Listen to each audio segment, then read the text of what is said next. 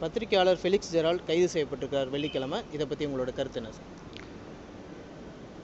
ரெட்பிக்ஸ் ஊடகத்தினுடைய தலைமை நிர்வாகி Felix Gerald அவருடைய கைது என்பது தமிழ்நாட்டில் ஊடக சுதந்திரத்தின் மீது விதிக்கப்பட்ட ஒரு மிகப்பெரிய அச்சுறுத்தல். தமிழ்நாடு காவல்துறை ஒரு தவறான முன்னுதாரணத்தை ஏற்படுத்தி இருக்கிறது.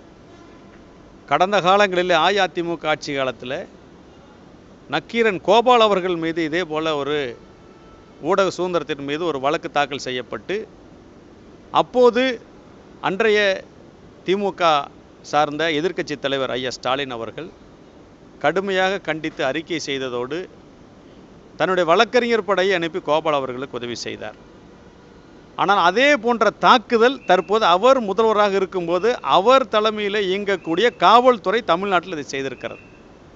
சவுக்கு சங்கர் ஒரு கருத்தை ரெட்பிக்ஸ் ஊடகத்தின் மூலமாக முன்வைக்கிறார். அவர் மீது வழக்கு பதிவு செய்யப்பட்டிருக்கிறது. அதில் ரெட்பிக்ஸ் ஊடகமும் பேட்டி கண்ட ஃபெலிக்ஸ் ஜெரால்ட் அவர்களும் ஒரு சாட்சி மட்டுமே. சாட்சியாக இருக்கிறவங்களுக்கு தான் கோயம்புத்தூரில் சவுக்கு மீது போடுற வழக்கிலிருந்து சாட்சியை நீங்கள் என்னன்னு சொல்லி போட்டு சொல்லுங்கன்னு சிஆர்பிசி 91 சொல்லுவோம். அதில் சம்மன் கொடுத்து கூப்பிடுது கோயம்புத்தூர் காவல்துறை. ஆனால் திருச்சி காவல்துறை என்ன பண்ணுறதுன்னா அவரை வெள்ளிக்கிழமை அவர் எதுக்காக டெல்லி போனார்? அவர் ப்ரெஸ் கவுன்சிலில் போய் தமிழ்நாட்டில் ஊடக சுதந்திரம் பாதுகாப்பு இல்லாமல் இருக்கிறது, நசுக்கப்படுகிறது, அச்சுறுத்தல் இருக்கிறது, மிரட்டப்படுகிறார்கள்னு ஒரு புகாரை கொடுக்கறதுக்கு போகிறார். புகாரை கொடுத்துட்டு சென்னை திரும்பூர் அதிகாலை சனிக்கிழமை சென்னை திரும்பூருக்கு டெல்லியில் அறையில் தங்கியிருந்தவரை போய் கைது செய்கிறாங்க. கைது செய்யும்போது ஒரே ஒரு தகவல் மனைவிக்கு மட்டும், இந்த மாதிரி நாங்கள் கைது செய்கிறோம் திருச்சி போலீஸ்னு மட்டும் தகவல் சொன்னவங்க தான். இது வரைக்கும் அவர் எங்கே வச்சுருக்கிறாங்க, டெல்லி கோர்ட்டில் சரண்டர் பண்ணாங்களா, அங்கேருந்து பிடி வாரண்ட் இங்கே வாங்கினாங்களா, எந்த தகவலுமே தெரியல. கடந்த 2 நாளாக எவ்வித தகவலும் இல்லாமல் அவருடைய மனைவியும் அவருடைய நிறுவனத்தினாரும் செய்தியாளர்களும் அவர் மீது பற்று கொண்ட எங்களை போன்றவும் மிகப்பெரிய நெருக்கடிக்கு ஆளாகி இருக்கிறோம், அச்சத்துக்கு ஆளாகி இருக்கிறோம். ஏற்கனவே திருச்சியில் எஃப்ஐஆர் போட்டாச்சு. போட்ட எஃப்ஐஆரில் இவரை நீங்கள் அங்கே போய் கைது பண்ணியிருக்கீங்க. கைது பண்ணும்போது அந்த கைதை அந்த குடும்பத்தினரிடம், இரத்த சொந்தங்களிடம், மனைவியிடம் மிக தெளிவாக தெரிவிக்க வேண்டும். எப்போ இங்கே கொண்டு வர்றீங்க, எப்போ ரிமாண்ட் பண்ணுறீங்க, எந்த வழியாக கொண்டு வரீங்க, தகவல், அடிப்படை தகவல். அது கைது செய்யப்பட்டவருடைய உரிமை.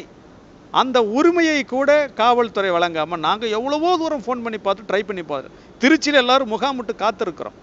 ஏன் அவர் நீங்கள் இங்கே கொண்டு வர்றீங்க, எப்போ கொண்டு வர்றீங்க, எப்படி கொண்டு வர்றீங்க, தகவலை தெரிவிக்க மறுக்கிறீங்க? அவர் மீது ஏற்கனவே வழக்கு பதிவு செய்யப்பட்டது தானே. ஆக திருச்சி காவல்துறை மிக மிக மோசமாக நடந்து கொண்டிருக்கிறது, மனித உரிமை மீறல் நிகழ்த்தி கொண்டிருக்கிறது. அவருக்கு என்னாச்சு? அவருக்கு ஏதாச்சும் இடையில் நோய்வாய்ப்பட்டாரா? ஏதாச்சும் காவல்துறை அவரை நம்ம சவுக்குக்கு கையை உடைச்ச மாதிரி ஏதாச்சும் நீங்கள் பண்ணியிருக்கிறீங்களா? என்ன தகவல்? ஆக எந்தவித தகவலும் இல்லாமல் ஒரு ஊடக உரிமையாளர் என்பதற்காக அவரை இவ்வளவு தூரம் நசுக்குவது சரியில்லை. பாசிச ஆட்சி, கோடி மீடியான்னு சொல்லி போட்டு திமுகவினர் இதெல்லாம் சொல்லி வட இந்தியாவில் இருக்கிறவங்களும் மிக கடுமையாக தாக்குறீங்க. இப்போ தமிழ்நாட்டில் என்ன நடக்குது? ஒரு கருத்து சுதந்திரம்னா அது தவறாக பயன்படுத்தினா வழக்கு போடுங்க, நடவடிக்கை எடுங்க, நீதிமன்ற தீர்மானிக்க தவறு செஞ்சுருக்காங்களா இல்லையா அப்படின்னு நீங்களே அவர்களை விசாரணை இல்லாமல் குற்றவாளியாக்குவது ஏன்? ஆக ஃபெலிக்ஸ் ஜெரால்ட் அவர்கள் கைது செய்யப்பட்டிருக்கிறது என்பது ஒரு பாசிசத்தின் தாக்குதல், ஊடக சுதந்திரத்தின் மீதான தாக்குதல். இதை தமிழக மக்கள் மிக கடுமையாக எதிர்க்கிறார்கள். ஃபெலிக்ஸ் ஜெரால்ட் அவர்களுக்கு மிக கடுமையாக ஆதரவு கொடுத்து கொண்டிருக்கிறார்கள். மாண்புமிகு தமிழ்நாடு முதல்வர் அவர்கள் உடனடியாக இதில் தலையிட்டு ஃபெலிக்ஸ் ஜெரால்ட் அவர்கள் உடனடியாக விடுதலை செய்யப்பட வேண்டும். அவர் கைது செய்து சிறையில் அடைப்பதற்கான எந்த முகாந்திரமும் இல்லை. அவர் ஓடி ஒளியில் ஒரே ஒரு வீடியோ, அந்த வீடியோ பப்ளிஷ் ஆகிருக்குது. அதோட உரிமையாளர் அவர் தான். கருத்து யாருது? சவுக்கு சங்கர் கருத்து. அந்த கருத்துக்கு அவர் தான் சொந்தம், அவர் தான் பொறுப்பு. அவர் மீது வழக்கு போட்டிருக்கீங்க, கைது பண்ணிருக்கீங்க. இவர் எதுக்கு கைது பண்ணியிருக்கிறீங்க? ஆக இந்த கைது என்பது தவறானது, சட்டப்படியானது அல்ல.